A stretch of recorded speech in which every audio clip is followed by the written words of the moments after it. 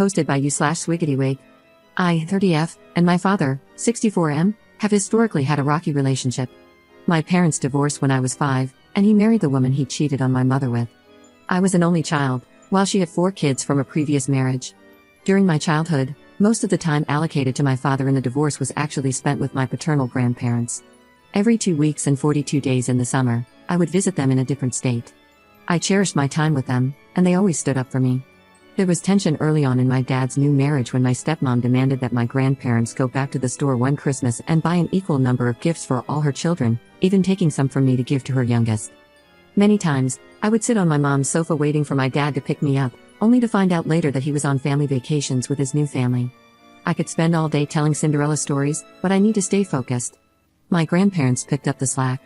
We spent summers learning how to make baskets, gardening, camping, and doing various activities. Their home became a second home to me. When I was 13, I went to live with my dad after some methodical brainwashing, and from then on, I rarely saw my grandparents. My grandmother would call, but my dad and stepmom would ignore it. It broke my heart to see her name on the caller ID, knowing they were just on the other line but refusing to let me answer. They wouldn't allow me to speak to her unless I sat at a table with them while on the call, making it an uncomfortable and controlled situation. Fast forward to the summer of my freshman year, we visited my dad's side of the family. On the last night, my aunt and uncle, who lived next door, asked if I could stay the night with my cousins. My stepmother wanted her youngest daughter to be included, but they declined because my stepsister had a reputation for stealing. A fight broke out in the front yard, escalating into physical altercations. My stepmother shoved my 74-year-old grandfather to the ground. He had a hip replacement in the 90s and already walked with difficulty. I was utterly terrified and distraught. As the chaos unfolded, I packed my belongings because they said we were leaving. That night, I vowed it would be the last straw, and I would never forgive them. We missed my grandparents' 50th wedding anniversary because my stepmom was still upset about what his family did to her that night. The next spring, my grandfather had a stroke, and he was never the same. The man who helped raise me in the face of my dad's shortcomings no longer remembered my name. He passed away in 2014. When I turned 18, I left home to go to college, where I met my husband. He has been my rock, especially when my dad throws fits for not getting his way, as he has in recent years. My husband has shown me nothing but unconditional love and support and has been the father to our child that mine could never manage to be. I go no contact with my dad every couple of years due to his behavior. There's an old saying that time heals all wounds, but I don't believe that to always be true. Despite everything, I maintained a relationship with my grandmother until her passing in December. She was cheeky and left us notes to find after her death. This woman never forgot a slight, and that was reflected in her will. I inherited the house, which had been deeded to me since 2001. My dad knew they would give it to me, but I think he genuinely believed he had a chance of fighting me for it. Since 2012, my dad and stepmom have been living in an RV that's now falling apart. He's retired military but has no savings. Right after the funeral, he stashed his belongings in the closets of my grandparents' home. I discovered this after changing the locks and installing cameras for security since I live out of state and plan to move into my childhood home after selling my current house. I put his belongings, along with what he was owed, in storage, and my uncle gave him the keys. Upon learning this, my dad became furious. My step-siblings have been reaching out, calling me heartless for keeping him out of his parents' home.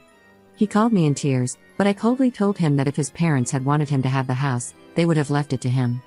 I also pointed out that he should have treated his parents better when they were alive. I have the deed in my hands, and there's nothing he can do about it. The estate is almost settled, and the land he does get will also have my name on the deed. I would much rather share my childhood home with my daughter, filled with all the whimsical memories it holds, even if it means my dad ends up homeless.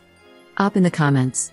3 out of my 4 step-siblings are on welfare, and between all 4 of them, they have 12 children. They already have too many kids to take care of. My dad and stepmom have spent a lot of money supporting my stepsisters over the last 2 decades, which has likely contributed to their current financial state. Update 11 months later. I promised an update, and it's taken me some time to sit down and gather my thoughts, to really take in the reality of my situation. It's taken me 31 years to finally see beyond the rose-tinted glasses I had on when it came to my relationship with my father. Quick recap to catch you up on the events that have transpired since I last posted. I inherited my grandparents' home. My father and stepmother wanted to move in, and I said no. My dad then decided to leave my stepmother and reconcile with me, but he wanted to temporarily move in with us. We also said no. He insisted on helping us move, but we ultimately refused. We are essentially estranged, and he has never truly been a parent to me. He has always chosen to love and bond with my 3 stepsisters and their children over his only child and grandchild. I had previously entertained the idea of reconciliation, but I was strongly dissuaded by both my extended family and Reddit. A week before the move, my dad did come to Kentucky and left my stepmom, he had said he would. However, the way he did it was cowardly. While she was doing laundry on their last day in Texas at their RV, he got into her vehicle and left, driving back to Georgia and leaving her without transportation. Her children are furious. Once he got to their RV in Georgia, he parked the car, packed up his truck and trailer, and headed to Kentucky. He spent a week here on his property, which is next to my inherited home. He was essentially camping in a small trailer he uses to haul things for flea markets. He asked if he could use my water hose to shower, and I agreed, thinking, what could it hurt, since I had cameras outside? Well, here's where I was wrong.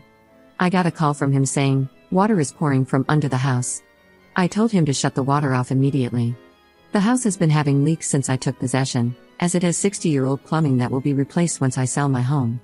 I had my uncle come by to confirm the issue, and then I scheduled a plumber to assess what needed to be done. This all happened just 5 days before we were set to arrive with a moving truck from Florida to Kentucky. It turned out that a pipe had split under the sink, and the water heater had busted during the winter. During this time, a storm came through, and the power went out. My dad found a key I had left in a flower pot for the plumber and entered my home. When we arrived, he told us he had sprayed the yard for ticks, done pest control, and also cleaned and sprayed for pests inside the home. I was livid. However, I didn't react angrily because, at the time, it felt strange. I started questioning whether I was wrong and if he was actually trying to be a father to me after all these years. So, I let it go. That illusion has since faded. Since we moved here in mid-June, I've discovered that my dad has been stealing from us. Of course, he's denied everything.